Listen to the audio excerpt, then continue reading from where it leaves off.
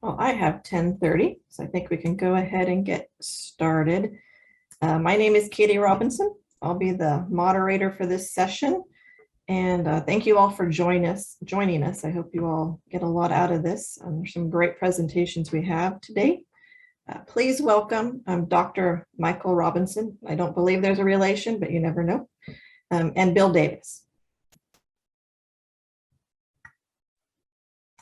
Thank you, Katie. Another wonderful Robinson in our midst. I see Dr. Jen Robinson here as well. Good afternoon, good morning, good evening, wherever it is you're attending from. Thank you for attending.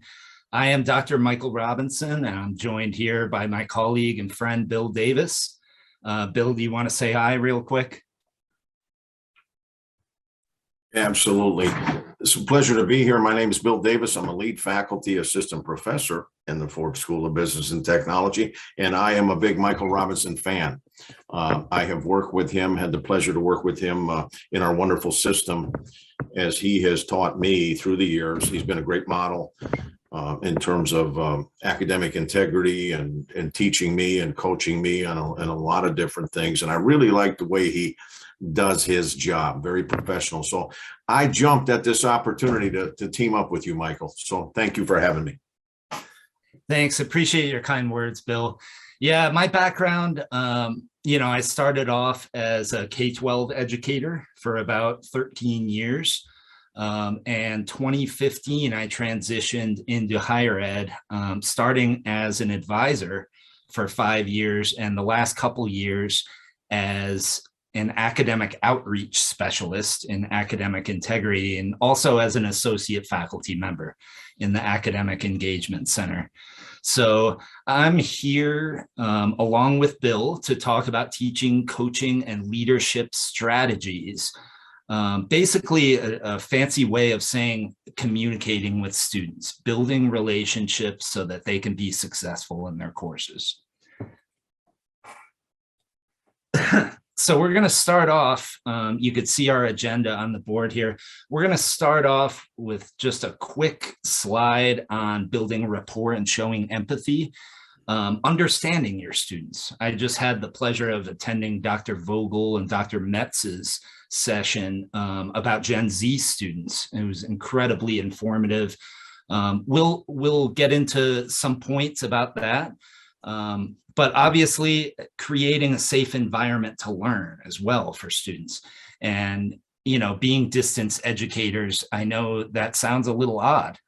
A safe environment, they're at home, but this is a safe, healthy environment to speak and to communicate. Then we'll get into leadership strategies. Bill's going to take over and talk about the 2C method by our wonderful Dr. Newton Miller at University of Arizona Global Campus, and some points on ethical leadership as well. And I will finish the session of just knowing your resources, showing students where things are visually in the classroom so that they can independently access course learning resources. So that is the agenda. We only have a few slides here today. So we'll have some time at the end for questions and discussion. All right, so first off, I do want to get into a little bit of background research. This is on building rapport and showing empathy with students, and how the research shows that institutional support is not really there for distance education as far as student well-being. So why can't an institution support students' well-being in addition to their academics? The first piece of research I want to show is Roper and colleagues from 2022. And for all those old school hip hop fans out there, I like to call this Roper's Delight. Now, this research is, they showed that family, friends, fellow students, those are the social support system that students have. Now, non-traditional students with distance education, they go hand in hand. So there was no indication of students relying on faculty or staff for emotional well-being in this research. Another research I wanted to show was Bushi and colleagues. They identified a gap between support between students with online programming and students with recent online services because of the pandemic. Now, there's huge issues of access and equity for these students who were going to a brick and mortar campus, and all of a sudden they had to transition to online, and they weren't getting any sort of support services around emotional well-being. So, you know, this leads me to think there is an opportunity here for online students to receive emotional support and social support, not just from their instructors, but from staff members at the institution, from everybody involved. Okay. And building rapport and showing empathy, you know, on the right here on the screen, you could see these are simple things. I want everybody to kind of close their eyes for a second and imagine you back in undergrad or when you first went to college. Think back the first time. Was there one faculty member that stood out as far as building a relationship with you? Was there one faculty or staff member that showed that they cared about you, that they asked you what was going on in your life? They asked you how you felt about the material, what you were doing in your free time to manage your time, all these things. For me, there was, but of course, you know, being in my mid 40s, it was a much different time and place. Yeah, so thinking about this, you know, we meet with students. It could be, you know, a negative consequence for an action and in academic integrity. It could be reaching out for support within the classroom, somebody that's struggling. You always want to actively listen. You always want to not just nod your head and smile like this, but you want to ask them questions and avoid immediate judgments and say, oh, it sounds like blank. Use reflexive speaking. Practice mindfulness. Stay in the moment. Really try and align your thoughts with what they're saying instead of thinking about what's next on your schedule or what you just did or the grading you have to do later tonight. And try and understand their feelings. You know, put yourself in their shoes, use empathetic body language. All these things on the right are common communication paths to building a relationship, but a lot of times it's a little bit more difficult when you're an instructor talking to a student. There's a power dynamic there. There's DEI issues involved with that. Maybe, you know, they're going as a non-traditional student. They're attending this institution as, you know, as a last resort. Maybe they have not done well in school their entire lives. Maybe they've never had a relationship with somebody that was an administrator or faculty member that actually paid attention to them. So this is just something to kick off with here. I'm going to pass it over to Bill for leadership strategies, and then I'll continue on a little bit later. Thank you. Hey, thank you, Michael. And let's see, there's a slide right there. Listen, you bring up so many great points, you know, and I'm pretty lucky. You know, I had a successful career in the highly competitive beverage industry, and I've managed a lot of people, and I've seen situations and transition that into higher education where I've had the pleasure and privilege to teach almost 300, I bet it's around 300 courses if you count all the on-ground stuff in over the last 17 years. And I've done a lot of research. I've done a lot of experienced a lot of experiential learning. I see how principles carry over, you know, the basics. You're talking about building rapport and empathy, right? Networking. small talk, getting to know people, finding common ground. All that is part of that human relation stuff I learned in management from Robert Katz and Mitzberg and all of them theories, because, managers have to do that. Leaders have to do that. I specifically want to talk a little bit about authentic leadership, being authentic and genuine in a classroom, because to me, that helps you relate to students. And authentic leadership, Joseph Weiss in his research, and I teach the leadership and motivation course. And the one thing that authentic and genuine leaders, they come across, they have a strong sense of purpose. They want those students to succeed, right? The students feel that. They know that. They know that, hey, someone cares, right? Lead with care. When I first started teaching back in 2005, 6, I remember Andrew Clark telling me in Iowa, because I actually had the pleasure and privilege to launch the very first on-ground accelerated class in the campus in 05. And I had 30 students. I retained 29 of them. And I understood what the dynamics were. Of course, that was on-ground modality, not online. But that's where I started to really grow, because I taught at Ambrose, I taught at Blackhawk, and then all of a sudden I was teaching here at the Ashford University campus. And some of the observations that I made, was exactly what he told me. Focus on quality. Everything you do is you lead by example. He said, innovate, find new, better ways to reach people, talk to them.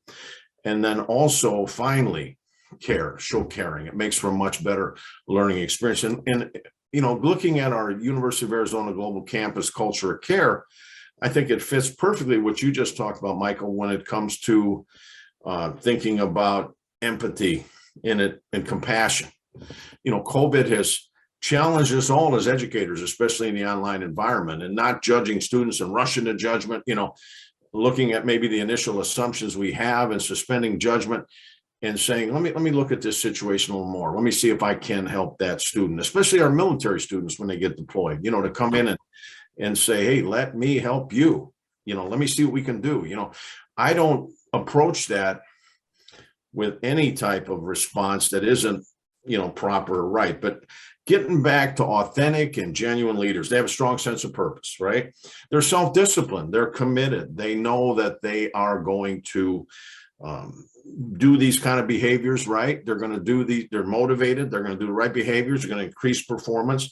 They've got strong core values. All right. Authentic leaders, they value honesty, integrity. They value consistency, fairness, hard work, maybe, they see it all, right? But they live with these core values, compassion and heart. They have compassion and heart. And I think today at UAGC, we do a lot of that. They're self-aware. They lead with emotional intelligence, EQ.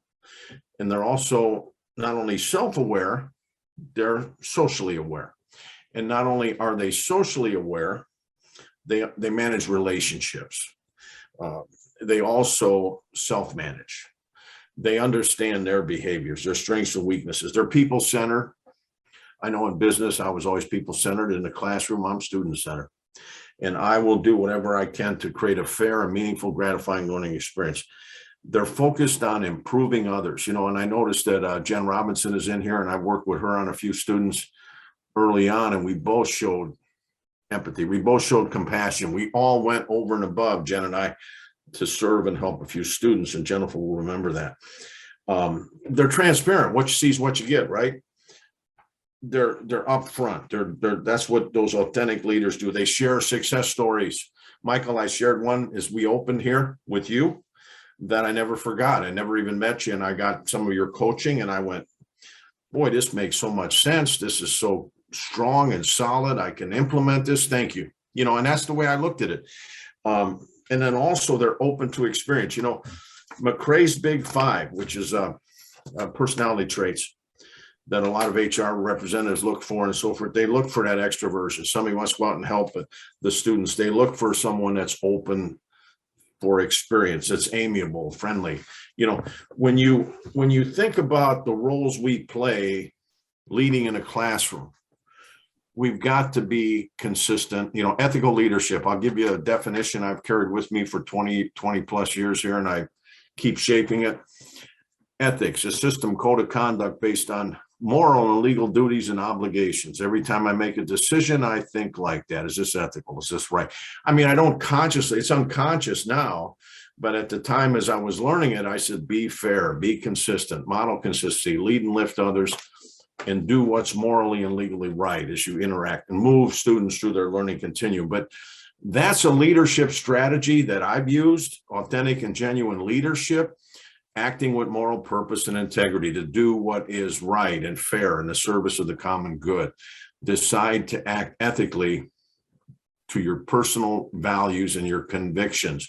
You know, one of the things you just did here, Michael, that I admire is you anchored your comments on research.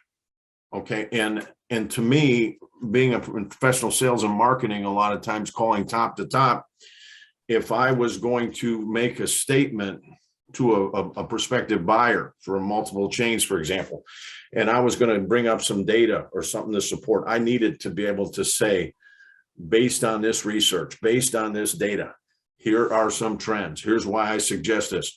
That's the same thing you just did, and it shows your professionalism and your ability to educate. Now, you've got a feel for leading, right? Transformational. It's not transactional, whereas you did this, you signed up, you owe me this paper. It's not some type of machine type thing. It's people, right? It's human relations.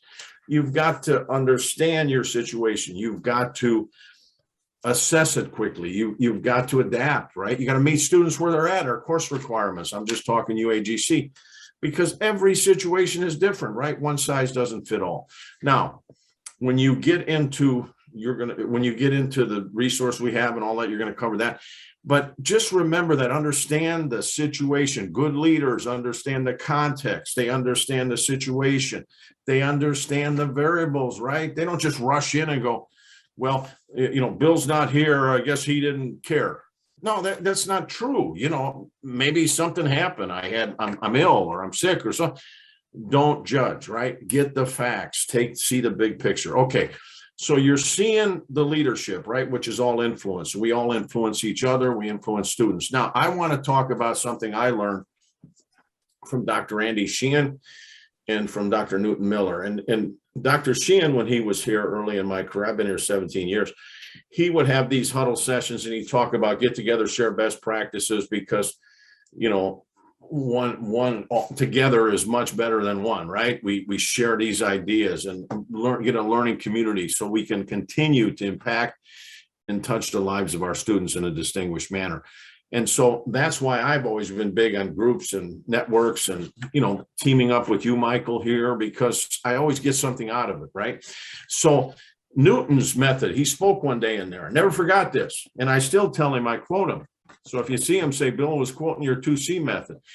It has not gone away. He said, do these two things in a classroom. Help your students conceptualize. Help your students connect. You know, one of my favorite prompts is when I'm working with a student and I see that aha moment that I kind of live for when I go, they got it, they see it. I reinforce it. But the 2C method is conceptualize and connect. So and I'll just use this with you, Michael, because you're right in front of me, you know, so if Michael taught me something on counseling and coaching a student on turn it in paper or something, right?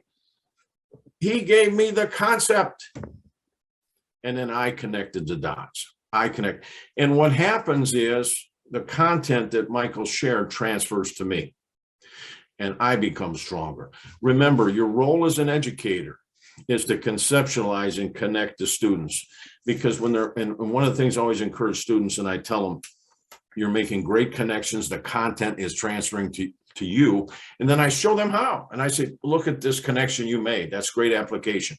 Never forget the 2C method. And Michael, if you see Newton, tell him Bill was promoting him here because he deserves it. Transformational leadership, lead with a shared vision, right? Who likes to lead with a negative vision? Who likes to lead with an indifferent, apathetic vision? Not me. I'm not going to go, well, it might work out. No, you're going to hear, it's not going to be pie in the sky, you know, Pollyanna positive. I mean, it's going to be, here's what I see.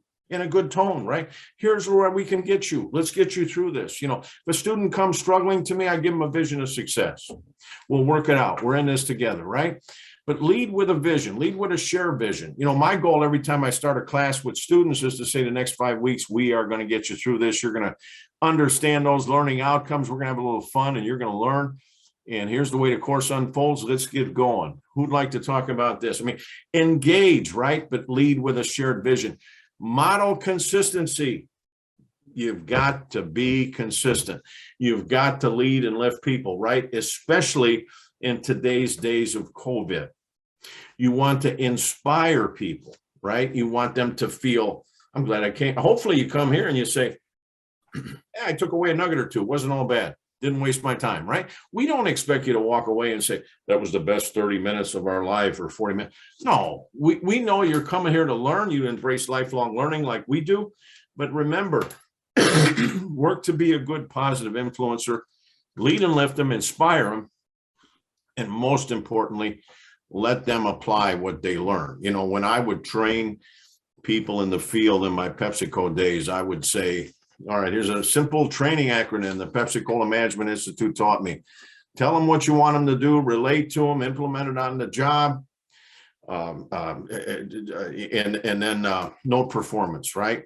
Allow them to implement and note performance. So remember, trained, tell them what it is, relate to them, allow them to implement on the job, and then note performance. So when you look at how you coach, and that's where I want to close with this.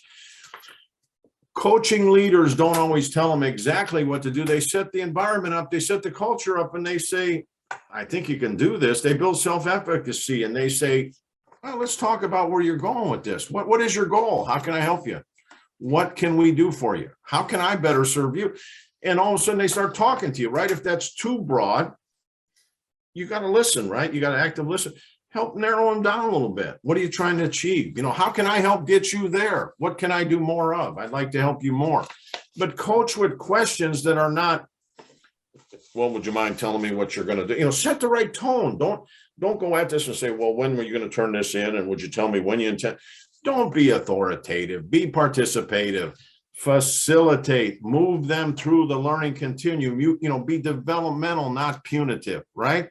And I think when I go back, and Jen Robinson, you're on my mind here, but I go back to that example we had with that student, and you know what I'm talking about. We did good as a team. We teamed up and we set the right tone and we moved them through. So, yeah, thanks, Jen. And so coach with questions, model consistency, lead with the heart, care, right? Quality, innovation, caring. Do the kind of things that Dr. Michael Robinson is doing. And by the way, he just got his doctorate not too long ago, and I'm so happy for him and proud of him. Team up, collaborate, do wonderful things. Michael, that's all I've got on that part. So I'm going to turn it back over to you. Thanks, Bill. Yeah, appreciate it. I just got my doctorate in the spring from UAGC, so really exciting time for me. What Bill said, the part that stands out the most to me is asking the open-ended question to the student. What is your goal? Because that's, when you sit down and speak to a student, whether it's on Zoom, even by email or face-to-face, any of these modalities, you need to figure out what they want out of this. Are they just taking this class just to get 3 credits and move to the next one? If so, I'd appreciate it if they were honest with me and told me that. And the way to start that off is this building rapport and understanding them, building the relationship. Sit down with a student, look them in the eyes. They could be in the car, they could have 6 kids or 6 animals all over them. It doesn't matter, as long as you're making eye contact with them and they're engaged in the conversation, it's going to be a positive. So I always start off, I say, tell me about yourself. Yeah, what do you do for work? What's your goal with this degree program? What do you want to do in the future? And you start understanding things about the student, and then you can ask them about their weekly schedule. And then you could say, well, it sounds like you work days and your husband watches the kids at night for you. So that's your best time to work, right? Then actually go into the resources. Go into if you have Canvas, Blackboard, whatever it is, actually share your screen and show them, hey, here are the learning resources we provide for you. For me, working in academic integrity, I find students all the time just go straight to Google. When they have an assignment they need to do, they go straight to Google, and they don't quite understand everything is right there for you. So, in situations like that, it's not their fault. Maybe they didn't have an advisor that showed them the classroom. Maybe they didn't have time to go through all the steps during the week to get this information ready to write the paper. Maybe they just have a misgiving about communicating with their instructor, which is all the more reason to do this. Okay, make it easy for them to communicate with you. Ask them open-ended questions. Ask them about their lives, about their family, about their friends, about their job. So once you do that, and you have that as a basis with the student, then you can go into the classroom and you say, all right, let's take a look at the overview. Let's take a look at the resources. Then you start clicking on the resources, and it's this think aloud process of, oh, okay, I'm going to read these 2 paragraphs and I'm going to make a gist statement just about these 2 paragraphs. And I'm going to write it in my notebook, or I'm going to write it in this Word document, type it out. All of a sudden, you have notes in your own words from the source, and the student pretty much wrote their own paper by going through the assignment like that. Now, another thing Bill mentioned was the type of communication with the student. Always polish and praise. That's what I say is, here are the things we need to polish to get to your goal. Here are the things you're doing really well in preparation for these course learning objectives. Okay. So, I apologize about this quirky little graphic in the middle here. We don't have many slides, but this is pretty much it for us. So we're going to go to questions and discussion now. And I'd love if some people could unmute themselves and ask some questions.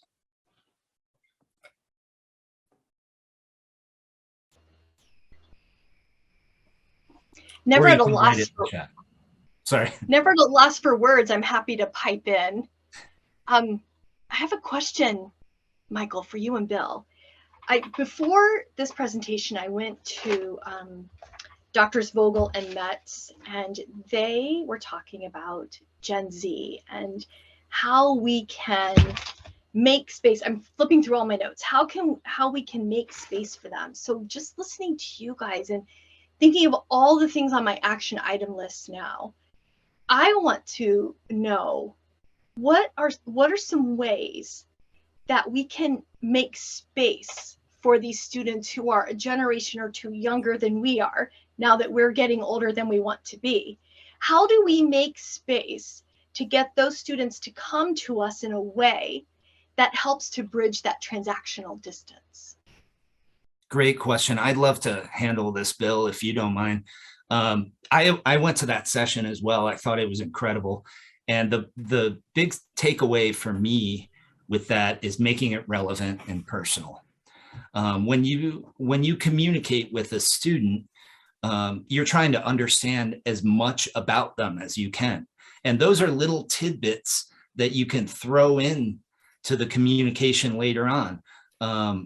It's not just about changing the assignment to make it more relevant to them. It's about understanding a point from the reading and making it relevant to them. So helping them understand the material a little bit better, understanding them. You ask questions, open-ended questions, you get them speaking. Maybe you throw some humor in there, you get them laughing, you get them comfortable. That's what that safe learning environment is. And then it matters to them. So it doesn't matter if you're, 19 years old, Gen Z, or you're, 86-year-old, what was the term? Before baby boomers, basically that was. But, no matter the age of the student, you can always build that relationship and bring up points about their life and use examples to teach and to instruct to make it relevant and personal for them, no matter what the content is. Well, and Jen, I'll add to that too, is really love what Michael's saying about the right environment, the right sensitivity to them, trying to get to know them, engage them. All factors in a classroom, right? Adapt, be flexible, adaptable. But as you look at a classroom and you look at your mix, you may have some Gen Zs in there. Now you've got a course already built and structured, but you may need to take a little bit of time. I put in the chat a book that was given to me by Dr. Craig Swenson back in 2017. I absolutely loved it. It's called Chasing Relevance: 6 Steps to Understand, Engage, and Maximize the Next Generation. It talks about all that data and numbers and how the world's changing, but what work means to them. Well, a lot of it is in a classroom too. And two of the things I took away from that was number one, stay relative, right? And develop next gen leaders. Well, it's the same thing in a classroom. I mean, if there's an age gap a little bit between Michael and I'm active listening. You want to listen, right? And you want to see where we might have commonalities, right? And where there might be gaps. And if there's a gap, still seeing the bigger picture, but yet understanding where we're going together, right? And Michael and I have created many bridges, and we understand one another. He reads me, I read him. I understand his expertise. He understands mine. Do the same thing with students. Stephanie Tweedy's in the audience here, and here I am calling her sometimes, asking her for help on the data set. Can you help me here, move me through the technology? She gladly takes the time. And as she's balancing her roles, I'm balancing mine. But what do? You find that common ground, right? You get people working together. Never forget about the power of collaboration, have a higher sense of purpose, and be open to experience and find common ground. And that is something I took from Dr. Rosabeth Moss Cantor in her books and stuff. So hopefully that helps, Jen. And you and I have found common ground many times. So very nice. There is one question in the chat, and you might have already covered that, but just so we don't miss it. From Renee, she asked, how are you defining non-traditional students? Would you agree that a lot of students are non-traditional rather than traditional, especially with the advent of COVID? Yeah, I think that's a really good point.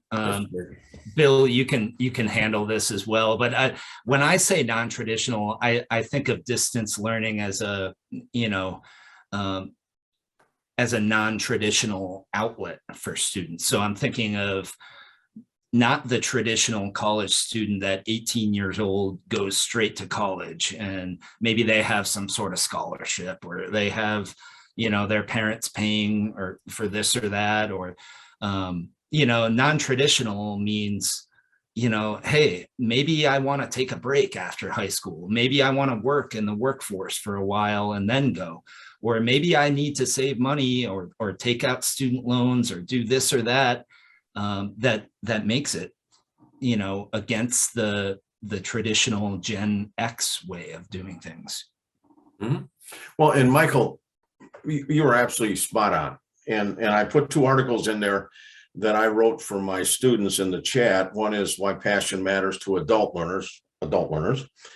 And second, Balancing Roles for Adult Learners. And I talk about the roles of adults, Hudson McLean's work and all that. Now, here's the thing. I'm a non-traditional learner.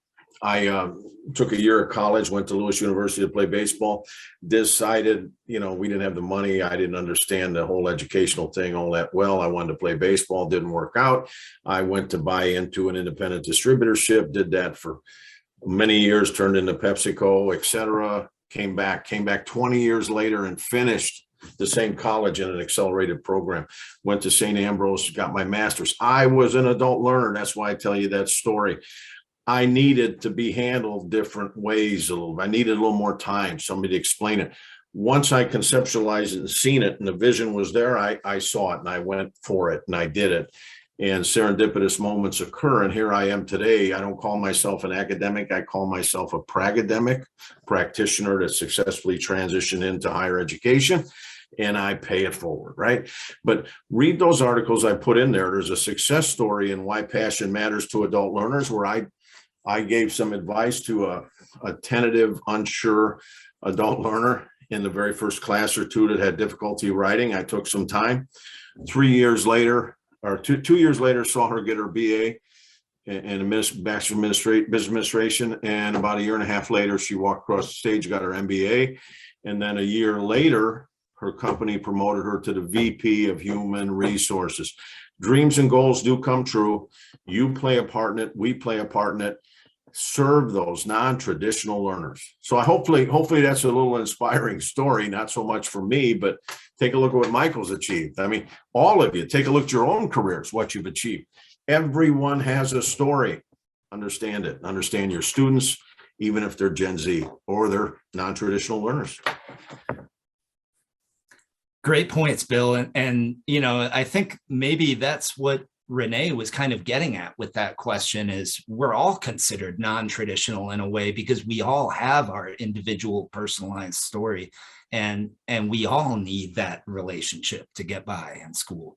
We all need some sort of support of somebody at the university that understands us, right?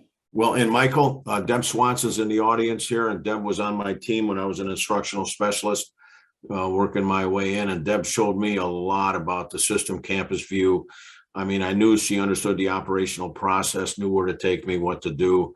And we had a great team. We looked at about 5,000 accounts. And from there, I was able to launch into full-time faculty role. But the point is, help people succeed like Deb helped me succeed, and like others have helped us succeed, because it takes, and I've heard this many times and I love it, it takes a village. Hold the ladder also.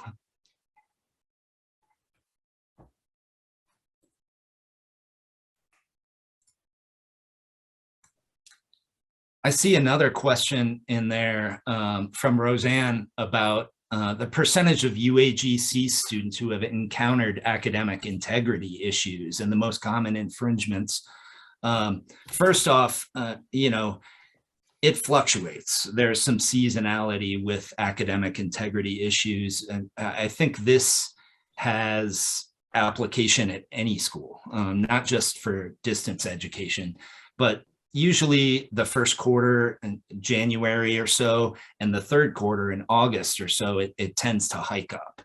And that's, you know, maybe I'd be interested in some data on that to see why that is. But as far as the most common infringement, it's pretty clear. At least at UAGC, the most common infringement is Course Hero, which is a paper mill site. And just like I said, maybe students aren't doing it intentionally. Maybe they're running late for an assignment. They have this and that going on in their lives. They have a slew of extra external factors, and they, you know, it's Monday night, they have a paper due at midnight, and maybe they're just sitting down at 8 or 9 p.m. and so they go to Google and they type in the assignment name, and where does it take them but Course Hero. So that I hope that answers your question, Roseanne. Somebody had their hand up as well. Please. Hi, this is Tawana Parner. I had my hand raised, and I just wanted to give a comment. Michael, I really enjoyed hearing you say polish as opposed to work on something when we are talking about adult learners. So that word polished give a different context as where adult learners may receive that as positive as opposed to being negative. Absolutely. Great point. And, you know, it's the power of language. You know, we're not, even though maybe we have the experience in education, like Bill was talking about, we're not an authority figure. We're somebody working with the students. We are serving the students and supporting the students. We're not here to tell them what they did wrong. We're here to help them polish their work to get better. So I think that's an important distinction when you're communicating with students is, first of all, when you're giving feedback, they didn't do this wrong. They just need to polish it. So great point. Tawana, is it? Yes, Thank you. you're welcome. I also see a comment from Dr. Schneider. It's still intentional plagiarism to use Course Hero. You're right. It's submitting somebody else's work. Now, in my conversations with students, when they're repeat offenders of this, you know, it comes back to understanding them. Again, what's going on in your life. Like, we're going to get to the root of the cause of why they went to Google and searched, or why they went to Course Hero and searched. We're not just going to wag our finger and say, you can't do this. And, you know, you're going to get kicked out of school if you continue. There's no threats. There's no transactional agreement here. It's just, hey, I want to understand from your perspective, and I want to help you submit original work. And I'm here to help you do that because I work for the university. In turn, I serve you. Michael, and and I'll tell you, I've seen your work, and I've seen you assist me sometimes when I'm working with students, and your tone is always appropriate. It's always positive, as Tawana said. And that's important, how you set the tone. And one thing I like to share with the group, since we're all learning together, and I learned from you and the questions that are asked, developmental, not punitive. All right. I heard that years ago from Dr. Charlie Minnick, and he's a good friend and colleague. And I'll tell you what, I approach everything developmental, not punitive. I mean, we might end up at the place where it's just wrong and it's egregious and I don't have any wiggle room and I'm sorry, you need to be a little more serious about this or whatever. But I approach it all as developmental. How can I help? Here's to your point, polish. You did most of this right. Here's something I want to show you. Let's do this together. What is it? Barbara Rogoff? I do, we do, you do. Okay, when you look at that whole approach, so many great techniques out there to lift our students, but you got to be consistent. And communicate with positive words. So